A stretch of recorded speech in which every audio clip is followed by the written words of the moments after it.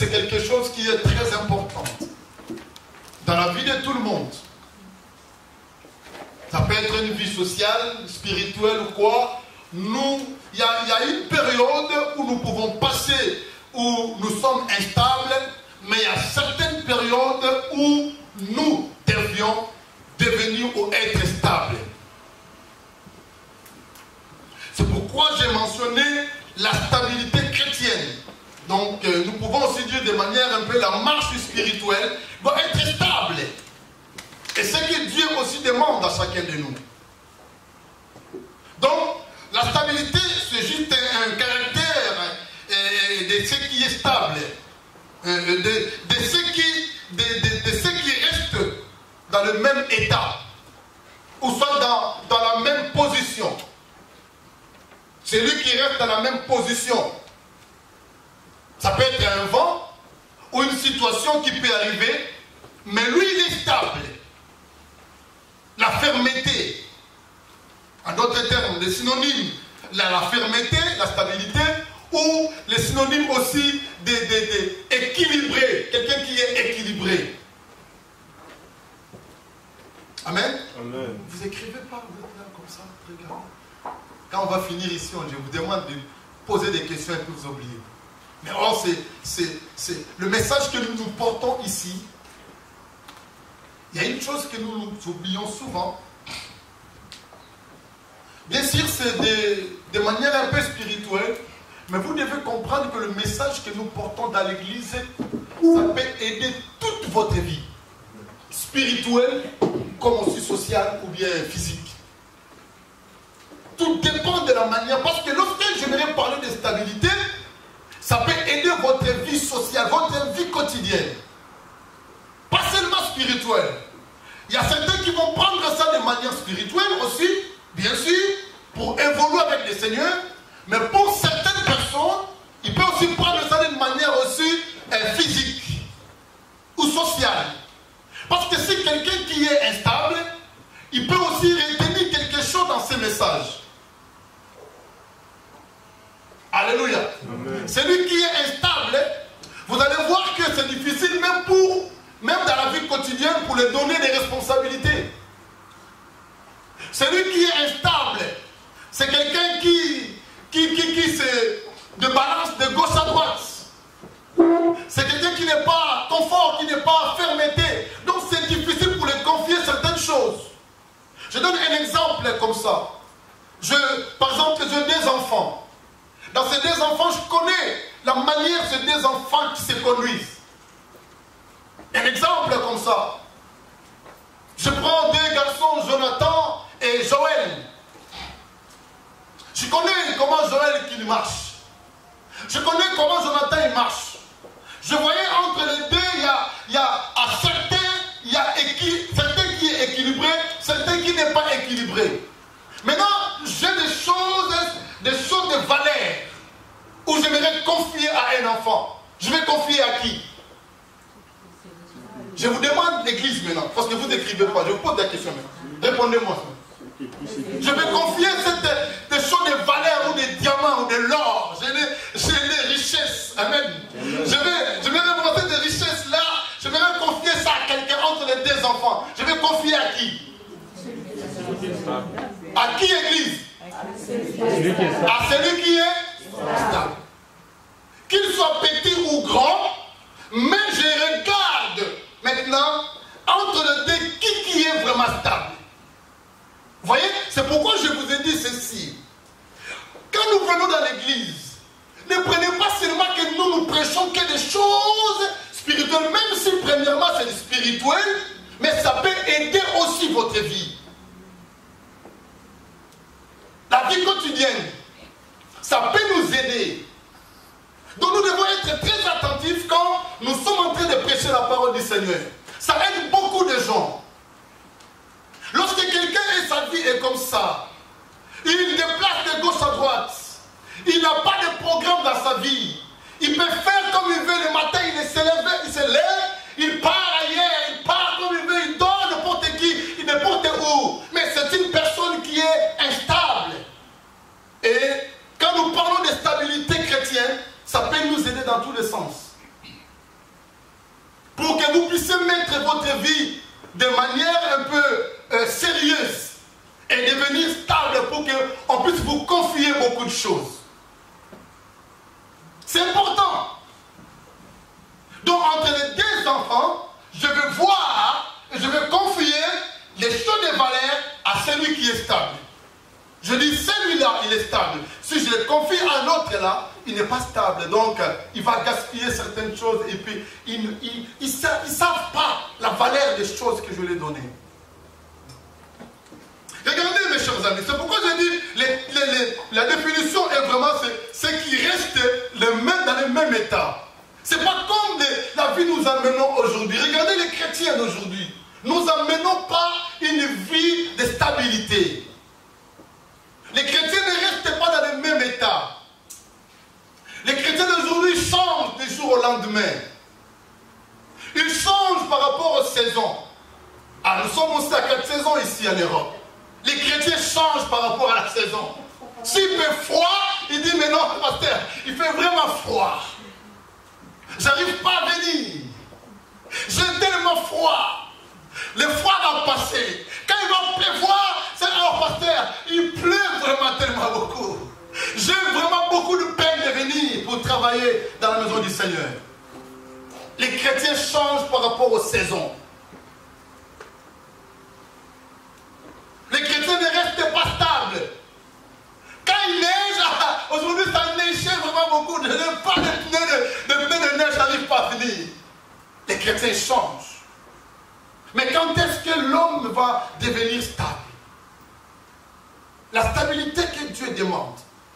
Et quand je donne un exemple que je tirais dans la Bible, dans les deux enfants, comme je viens de donner, Jonathan et Joël, maintenant dans la Bible, il parle de Luc chapitre 15. Nous connaissons bien cette histoire. Il parle de deux fils aussi. Ah là là. C'est deux fils. Les fils aînés et les cadets. Les cadets que vous connaissez de l'histoire, on parle d'enfants prodigue. Mais nous voulons développer ça d'une autre manière. Il parle à partir du verset 11. Luc 15, pardon. Verset 11. Il dit encore un homme avait deux fils. Le plus petit dit à son père, mon père, donne-moi. Donne-moi la part de mes biens qui doit me revenir. Et le père le partagea son bien. Peu des jours après, le plus jeune fils, ayant tout ramassé, partit pour un pays éloigné et il dissipa son bien en vivant dans le débauche. Vous pouvez continuer l'histoire que vous les connaissez bien. Vous voyez, mes chers amis, Jésus parlait toujours de manière parabolique. Il parle de paraboles. Je vous ai dit, la parabole, ce sont des comparaisons. Il voulait comparer seulement la vie de deux hommes, de deux enfants. Mais ici, quand on parle de le plus jeune, il n'était pas un mineur. Il était déjà majeur. En tout cas, la manière que nous regardons la parole de Dieu, s'il était mineur, le père ne pouvait pas donner son l'héritage. Vous comprenez cela déjà? Donc, on ne peut pas donner l'héritage à quelqu'un qui est encore mineur. Jusqu'à ce qu'il va devenir majeur, 18 ans ou plus, et là, on peut donner son héritage. Celui qui est mineur, il est sous-tuteur. Ça veut dire que cet enfant-là, il n'était pas mineur. Même s'il était cadet. Il était cadet parce qu'il était le plus jeune. Parce qu'ils n'étaient que deux enfants, le plus grand et le petit. C'est pourquoi on appelle cadet. Mais ne pensez pas qu'il était mineur. Il était déjà majeur. Il a demandé. Vous voyez, on trouve là-bas déjà l'instabilité dans la vie de cet enfant et l'immaturité. Le père lui donnait aussi, il a donné le bien, l'héritage. Mais regardez ce que lui a fait avec ça. Regarde ce qu'il a fait avec. La Bible dit il est allé dissiper les choses que le Père lui a données. L'héritage. Quelque chose de valeur.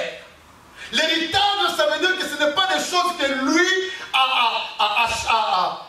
fourni, ou bien c'est l'effort des pères. C'est le papa qui a fourni ses efforts pour avoir l'héritage qu'il avait. Donc lui était un enfant. Il a bénéficié seulement de l'héritage du père.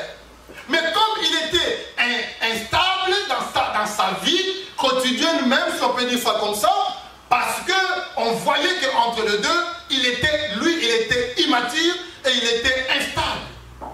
Le père lui a confié et tout ce qu'il lui a pris, l'instabilité a amené ces garçons de dissiper, de détruire et de vider ce qu'il avait des choses de valeur. C'est quelque chose qui est très important dans la vie d'un enfant de Dieu. Quand un enfant de Dieu est instable, mes chers amis, il peut difficilement, c'est difficile pour qu'il fasse des progrès et pour qu'il avance, pour qu'il produise des fruits dignes de la repentance dans sa vie chrétienne. L'instabilité. Et nous devons refuser d'être instables. Parce qu'il y a un moment où que nous passons dans la vie chrétienne, le moment d'enfance, le moment d'adolescence, et le moment où nous sommes vraiment majeurs. Nous sommes adultes, nous sommes matures, où nous comprenons ce que nous pouvons faire et ce que je ne peux pas faire. Celui qui est instable ou immature, regarde, il demande souvent, donnez-moi, donnez-moi. Mais celui qui était posé, était stable, il n'a pas besoin de demander. Parce qu'il savait bien, il sait ce que le Père a, ça appartient à lui. J'étais en train de réfléchir. Regardez, nous avons installé une séance ici que nous venons tout simplement pour adorer. Ça, ce sont des raisonnements qui nous amènent à la maturité. Nous ne venons plus ici juste pour demander, mais pour que nous puissions adorer le Seigneur. Parce que nous devons quitter l'étape de demander. Celui qui demande souvent, il est encore un enfant. Celui qui demande souvent, il est encore immature. Mais lorsque nous arrivons dans une étape de la maturité, nous sommes stables et je vais commencer tout simplement à adorer. Je suis en train de venir ici avec maman, maman Joséphine, maman Sidonie, et ma femme est en train de parler de cela. Je disais, je n'ai pas voulu faire de commentaires parce que c'était ma pensée à moi. Alléluia. C'était ma pensée à moi. L'adoration. Et celui qui est déjà stable, il est là pour servir. Il n'est pas là tout ça pour demander. Les plus jeunes, ils disent, donnez-moi. Ce que nous faisons souvent. Donnez-moi, donnez-moi, donnez-moi, donnez-moi. Quand est-ce que nous serons stables? Et lorsqu'on te donne aussi, vous n'arrivez même pas à gérer ça. Alléluia. Dieu a donné beaucoup de gens ici. Il a donné, mais parce que l'homme est ingrat. Dieu a donné beaucoup. Parce que nous sommes dans l'étape où, dans l'instabilité, nous n'arrivons pas à gérer la richesse ou la bénédiction que Dieu nous a donnée. Et ça demande à chacun d'entre nous d'être stable et de grandir. De grandir dans la foi. De croître. De devenir mature. Vous voyez, le deux était là, mais l'autre n'a pas demandé. Il est resté. Tranquille. En train de servir son père. De continuer à servir son père. Rien à voir. Il y a une pensée de demander, de servir. Et c'est le père qui l'a dit après. Ce que moi j'ai, c'est à toi. L'instabilité peut détruire même toute ta vie. Celui qui est instable, un homme qui est instable, même une femme, lorsque vous parlez avec une femme, vous voulez vraiment épouser une femme. Mais les femmes, ils sont tellement sages que vous les voyez comme ça. Elles nous observent beaucoup. Tu peux l'approcher, mais avant vraiment de te donner sa réponse finale, elle observe beaucoup. Elle dit, est-ce que cet homme est vraiment stable? Est-ce que je mens les femmes? Non. Les filles, non, maman, je mens? Non. Les femmes regardent. Elles regardent. Je vois, elle est très agitée. comme ça, est-ce qu'elle arrive vraiment à prendre soin de moi?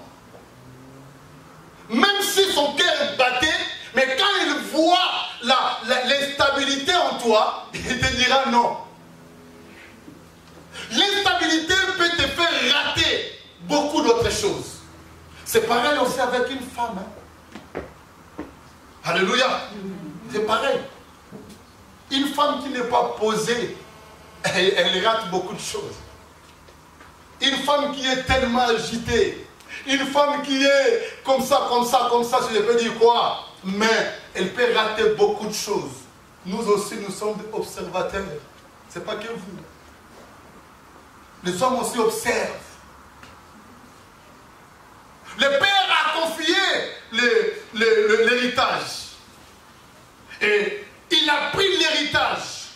Le père a bien partagé, il n'a pas fait l'injustice. Il a partagé. Bon héritage. Mais cet homme, il est parti avec l'héritage. Il a tout gaspillé. Regarde lorsqu'il est retourné à lui-même. Il est rentré en lui dans sa conscience. C'est pourquoi je vais prier à chacun de nous. Je vais prier le Seigneur que Dieu nous fasse grâce, que notre conscience fonctionne normalement et bien à l'aide du Saint-Esprit. Lorsque nous perdons les consciences, la conscience, la Bible dit ceci, nous faisons, beaucoup de gens font l'ouvrage. Leur foi est tombée en même temps. Quand nous perdons la conscience. L'instabilité, ça se voit, on dirait que quelqu'un qui a perdu la conscience. Parce qu'il fait des choses où certains ne comprennent pas. Mais lorsque sa conscience est retournée à elle-même, à lui-même, qu'est-ce qu'il a fait? Il a dit, je retournerai vers mon Père. Et quand il a retourné, qu'est-ce qu'il a dit? Par rapport à son instabilité, il dit, papa, traitez-moi comme l'un de ton serviteur. Ne me traitez plus comme ton fils. Parce qu'il était conscient de ce qu'il a fait avec ce que le Père lui a donné. Du don ou ce que le Père lui a donné. Des talents que le Père lui a donné. Manque de maturité. On était petit dans la foi. On a grandi. Mais je ne sais pas de quel moment où nous allons rester stables.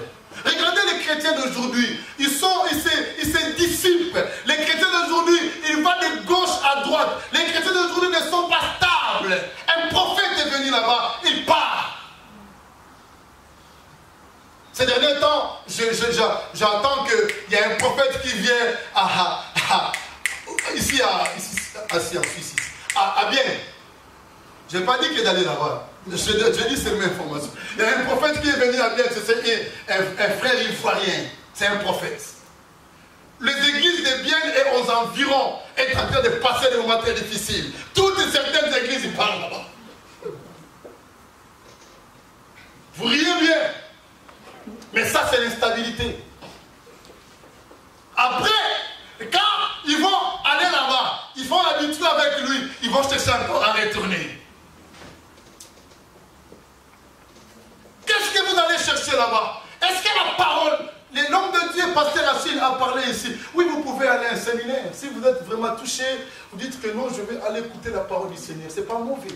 Vous écoutez la parole, samedi, vendredi, dimanche, vous retournez chez vous s'il n'y avait pas un autre programme. Si vous avez un programme samedi, non, restez stable chez toi. Si vous avez d'autres programmes, pas de programme, venez, nous bénissons le Seigneur ensemble. L'instabilité qui détruit l'église d'aujourd'hui. L'église est en train d'aller de gauche et à droite. Et en fait, nous ne savons pas qu'est-ce que le peuple de Dieu cherche en fait. Cet enfant, il était instable. Regarde ce que Jésus a dit dans une parabole. Il dit ceci. Un homme est en train de bâtir ou construire sa maison. Vous connaissez bien cette parabole, je ne vais pas citer ça. Je ne vais pas lire ça. Il dit, il y a quelqu'un qui a construit dans le sable. Et un autre qui a construit sur un rocher ou un roc. Vous savez ça, oui ou non? Alors la Bible parle ici, il dit que les torrents sont venus. La pluie est tombée. Qu'est-ce qui se passait entre les deux maisons? Amen. Disez-moi, qu'est-ce qui se passait entre les deux maisons? La maison sur la table et le sable est tombé. Voilà. Pourquoi? C'est l'image de l'instabilité. La maison n'a pas été fondée. Le fondement n'était pas solide. La maison était tellement belle. En voyant physiquement comme ça, lui, oh là là, quelle construction.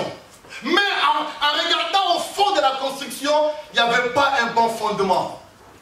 Le vent est venu, la maison est écroulée. C'est ça la vie. Voyez comment Jésus parlait des paraboles. En fait, il parlait de nos vies. Les deux maisons là, c'est la vie de deux personnes ou de deux chrétiens. Ceux qui sont soudés, ceux qui ont bâti sa maison, ceux qui est stable. Le vent peut venir, les problèmes peuvent venir, la circonstance peut arriver. Mais il dit non, non, non. Moi, j'ai déjà dit non au diable. J'ai déjà dit non au monde. Je reste stable avec le Seigneur. Adviendra que pourra. Je vais rester avec lui. Il ne faut pas changer chaque fois. Il ne faut pas changer, mes chers amis. C'est pas comme des nationalités, on peut prendre comme on veut. Non. Non. Quand tu deviens chrétien, reste chrétien pour toujours. Nous chantons bien des chants, mais des fois nous ne réalisons pas cela. Chrétien jusqu'à la mort. Mais il y a des choses que la situation est venue, tu commences à te poser des questions. Est-ce que réellement, tu changes même? L'instabilité. Ici, sur la terre des hommes, il y aura des problèmes, il y aura des vents, il y aura la pluie va tomber sur nous. Mais nous devons être stables. Il peut m'insulter, il peut parler mal de moi, il peut me critiquer, il peut faire tout ce qu'il veut. Mais moi, je reste fermeté. Je suis équilibré. Et personne ne peut m'arracher là où je suis assis. Alléluia. Ce qui est important, c'est ça. Et c'est là que le Seigneur est content de nous. Il ne peut pas te traiter comme l'un de ses serviteurs. Si réellement que tu restes avec lui. L'autre enfant, l'aîné, il a entendu ce que son frère a demandé. Mais lui n'a pas demandé. Quittez l'étape de demander chaque fois. Grandissons-nous afin que nous puissions seulement, nous venons dans l'église et nous adorons le Seigneur. Parce que lui sait, la Bible dit ceci, avant que nous ouvrons nos bouches pour demander quelque chose, lui, il sait ce que nous avons besoin. Celui qui a grandi, il ne demande pas souvent. Vous ne remarquez pas ça? Dans nos maisons, qui demande souvent? Les plus petits, les enfants. Ceux qui ne font rien. Peut-être qu'il est encore à l'école. Mais ceux qui travaillent déjà. Comme Ganeli, si tu viens, papa, donne-moi 50 francs. On fait ça été. Je ne donne pas. Vous savez pourquoi? Parce qu'il travaille. Comme il travaille, il dit, mais papa, donne-moi 50 francs. Je dis, je ne te donnerai pas. Nous touchons presque le même salaire à moi et toi. Où tu mets ton salaire? Ça veut dire, on constate déjà l'instabilité. Oui ou non? Soyez stables, mes chers amis. Dieu a besoin que nous soyons stables. Et c'est là qui fait la joie de notre Seigneur. Regardez, je donne un exemple encore. Genèse 17. Il a dit à Abraham ceci. Lorsque Abraham, âgé de 99 ans, 99, 99, il dit à Abraham, marche devant ma face et sois comment? Intègre. Ah, sois intègre. Et il dit, je multiplierai ta postérité à l'infini. Vous voyez? C'est pas Abraham qui l'a demandé. Ça veut dire que na kofulu kisabo kitalinayo ti zanasuka. Tinati, merci maman. Alléluia. Sa postérité sera complètement bénie et la bénédiction de la postérité sera à l'infini. Quand on dit à l'infini, Ezanga Souka. Est-ce qu'Abraham a demandé? Dieu lui a dit tout simplement, sois intègre, sois stable, marche devant ma face, obéissez à ma parole, garde que tu as. Soyez obéissants. Ne soyez pas chaque fois agités. Restez stable, solide. Et moi, je te bénirai. Je multiplierai ta postérité à l'infini. Et la Bible parle, mes chers amis, Abraham n'avait encore rien. C'est vrai qu'il avait encore Ismaël, il n'avait rien. Pas comme une postérité, il n'avait encore rien. Mais Dieu a dit, sois intègre. L'intégrité, c'est la stabilité. L'intégrité, c'est quelqu'un qui est attaché à ce qu'il fait. L'intégrité, c'est quelqu'un qui est honnête. C'est quelqu'un qui marche avec Dieu. Et il a signé un contrat avec le Seigneur et il ne peut pas renier le Seigneur. C'est ça l'intégrité aussi. Quand nous marchons avec lui, rien ne pourra venir nous déraciner avec le Seigneur. Quelle que soit la situation, le problème ne peut jamais nous déraciner avec lui. Pourquoi? Même si j'ai un problème difficile qui me fait pleurer, mais le Seigneur, il restera toujours mon Seigneur. Je ne peux pas changer pour aller à l'autre côté. Non! J'ai déjà dit non là-bas, j'ai dit non. Vous savez, la Bible dit que votre oui soit comment? Oui. Et ceux qui disent non, ceux qui ajoutent, ils viennent du bois. Du diable. Viens du diable. Nous avons dit oui au Seigneur. Je t'accepte comme mon Seigneur et mon sauveur personnel. J'ai déjà dit non. Quand tu dis oui, tu dis non de l'autre côté. Marchez comme ça. Vous savez, il y a un jour, j'ai beaucoup aimé mon frère Paul. Il a prêché la parole ici. Je ne sais pas si c'était cette année ou bien l'année passée. Mais j'avais retenu quelque chose. Lui, il ne sait pas. Ça m'a fait beaucoup de bien d'avoir cette inspiration comme ça. Et il a dit une chose. Il parlait aussi à peu près une chose comme ça. Il a pris un exemple de Pierre. Il dit, vous savez que Pierre, son nom c'était Simon. Quand Jésus lui a rencontré, Jésus lui a donné le nom de Céphas. En hébreu, Képhas, en grec c'est Céphas qu'on appelle. Et qui signifie pierre. Mais la vraie traduction signifie vraiment rocher. Parce que quand on parle de pierre, ça peut être une petite pierre. Hein. Mais quand nous parlons d'un rocher, alléluia, un rocher c'est une grande masse, nous pouvons, certains que nous voyons là-bas, on peut dire ça vraiment un rocher. Ça veut dire c'est difficile pour être agité. Alléluia. Amen. Ça veut dire qu'il a pris le nom de Simon, il a dit ceci, il a dit, c'est quel verset? Je vais prendre ça. On va lire ça quand même. Pour nous autres. Jean chapitre 1er. Regarde ça ici. Jean 1er. Verset 40. Mettez-moi ça. Jean chapitre 1er, verset 40. Allez-y Daniel, ça est rapide. Vous êtes là? Prenez vos Bibles et nous tous, s'il vous plaît. Il dit ceci. Il est où Jean 40? André, frère de Simon-Pierre, soit Simon, était l'un des deux qui avait entendu les paroles de Jean. Quelles paroles de Jean? Le verset précédent qui dit que quand Jean a vu Jésus étant en train de passer, Jean-Baptiste, hein, que vous connaissez, il a dit voici l'agneau de Dieu. Donc en fait, au départ, André était le disciple de Jean. André a connu quand même le Seigneur, ou bien la voix du Seigneur, avant son frère Simon. Et André maintenant, il était disciple du Seigneur, de Jean. Lorsque Jean, son maître, a dit, voici ce que je vous ai parlé depuis très longtemps. Celui-là, cet homme-là, c'est lui qui ôte les péchés du monde. Ah, André a dit, mais je passe mon temps avec toi pour rien. André a suivi Jésus. Et quand il est rentré chez lui à la maison, il a vu son frère. Regardez ce que la Bible dit. 41. Il dit, ses filles, lui a rencontré le premier, son frère Simon. Donc André a rencontré son frère Simon. Il a dit, Simon, il lui dit, nous avons trouvé le Messie. C'est André qui rencontre ça. Il dit, Simon, mais toi tu restes à la maison ici, mais nous avons trouvé le Messie. Simon dit, ah ouais, le Messie, c'est que Esaïe a parlé, c'est que le entend parler. Alors, allons-y. 42.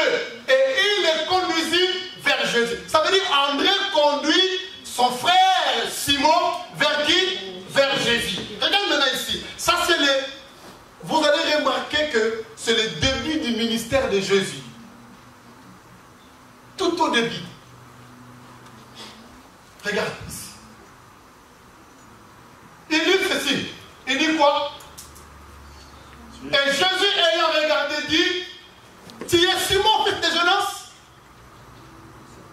Il pose la question. Tu es Simon, fils de Jonas?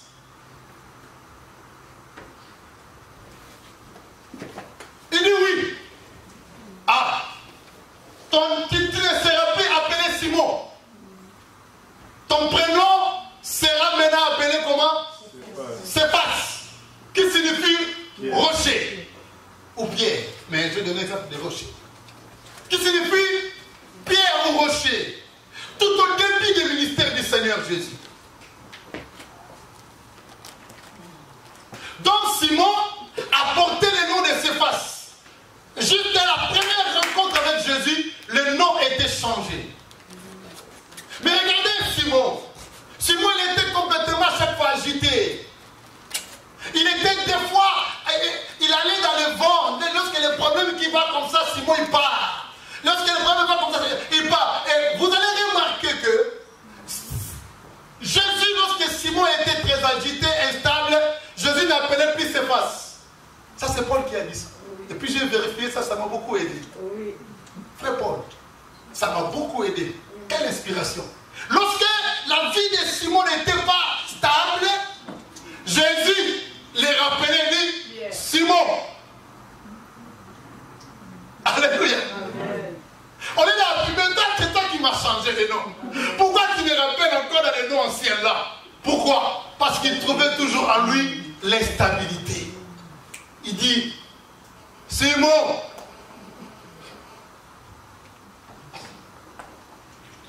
ils ont rencontré, est en train de manger avec le... Non, en train de se chauffer avec les gens. Il dit, hé, Simon. Mais lui qui l'a appelé déjà Céphas. Il dit, toi tu parles encore comme cet homme-là. Je pense que tu es son disciple. Hé, madame, attention, je ne connais même pas. Pierre, le Seigneur l'a dit, Simon, l'instabilité. Et il y a un verset de Jésus qui a dit, il dit, Simon, Simon, le diable cherche à te cribler comme on crible des froment. Mais moi, j'ai prié pour toi. Regarde ce qu'il a ajouté. Il dit, Simon, quand tu seras affermi, l'autre version il dit, lorsque tu vas revenir, affermis tes frères. Lorsque tu seras stable, pourquoi le maître lui a appelé encore Simon? Tandis que lui qui a changé le nom dès les premières rencontres. C'est là où ça me fait réfléchir dans le message d'aujourd'hui. Tout le monde me dit là, Yoda Simon, Yoda Céphas. Le nom est les gars. Tu vas écouter les gars. Dis-moi, tu es Simon ou tu es Céphas? Ah. Ça veut dire Simon, c'est quelqu'un qui est instable. Le Céphas, c'est un rocher. Et Elisabeth, tu demandes à ta soeur, tu es Simon ou tu es Céphas? Allez-y. Papa, tu es qui? Tu es Simon ou tu es Céphas? Ah! Tout le monde est dans la mina, c'est bon. Maman Christine, toi tu es Simon ou bien tu es Céphas? Pourquoi lorsqu'il y a un problème qui arrive, d'être tellement agité, d'être prêt à abandonner, prêt à fuir, prêt à dire que non, je ne viendrai plus, prêt à dire que non, j'en ai marre avec cette église, prêt à dire que non, Seigneur, c'est trop, c'est trop. Pourquoi nous changeons chaque fois? Pourquoi nous changeons? Paul a dit une chose, il dit rien pourra me séparer de l'amour de Dieu manifesté en Christ. Ni la tribulation, ni l'angoisse, ni la nudité, ni la famine. Il dit rien pourra me séparer. Ça veut dire, à ce moment-là, Pierre et Paul était un rocher. Soyez un rocher. Ne soyez pas Simon. Alléluia. Soyez un rocher. Ne soyez pas un Simon. Ça ne sert à rien, mes chers amis. Soyez fidèles. Soyez costauds. Même le vent vient. Tu dis non, non, non, rien pour me séparer. Rien. Je m'attache à lui jusqu'à la fin. Il dit Simon, c'est ce verset qui m'a beaucoup échappé. Sinon, c'est lui qui a trouvé ça, il peut me dire. Là où. Ah, j'ai trouvé ça. Ah, j'ai pas trouvé. Là où il a dit Simon, Simon, Satan, c'est lui combien? Ah, il s'est mis dans garde.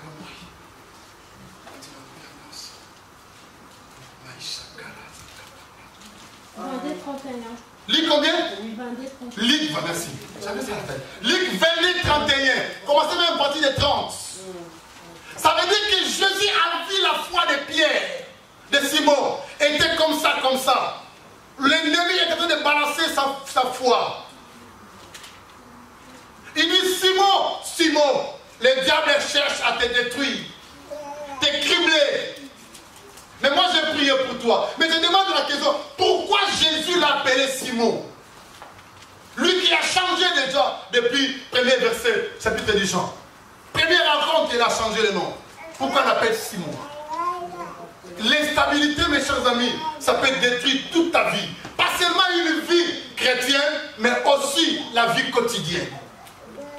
C'est très important ce que je suis en train de dire. C'est pourquoi je me suis en train de dire, l'église c'est vraiment un lien aussi d'éducation.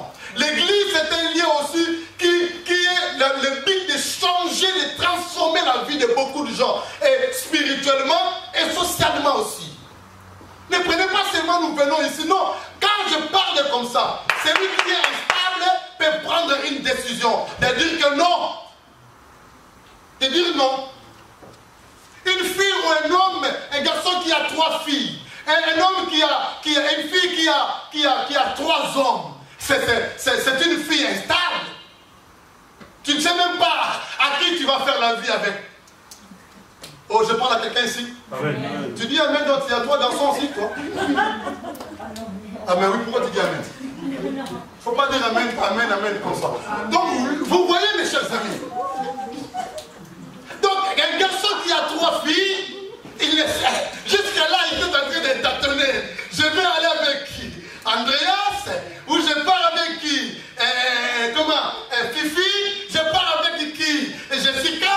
Je pars avec. Vous voyez, sa vie devient stable. Le diable est prêt à faire quoi? À les détruire. Amen? Amen. Si tu as des projets, c'est mieux de rester avec une ou bien un. Amen? Amen. Restez avec un sois fidèle, avec le Seigneur. Amen. Je sais que la vie commence toujours comme ça, mais si quelqu'un qui est intègre, il ne peut pas se donner dans le péché. Ils ont des projets, ils font des projets, mais il est fidèle avec son Dieu, il est intègre jusqu'à ce que les choses seront bénies et Dieu sera glorifié. Mais celui qui est instable, lorsqu'ils sont avec André, Matthieu l'appelle, ah, je suis ici à la supermarché, mais il est avec André. Vous voyez? Donc ça peut nous aider et spirituellement et socialement. C'est que nous sommes en train de s'aimer en vous. Nous devons faire très attention à cela. Et le fils aîné, comme nous avons commencé avec lui, le fils aîné, il restait là tranquille. Il n'était pas agité. Il savait que ce que son père a, ça lui appartient.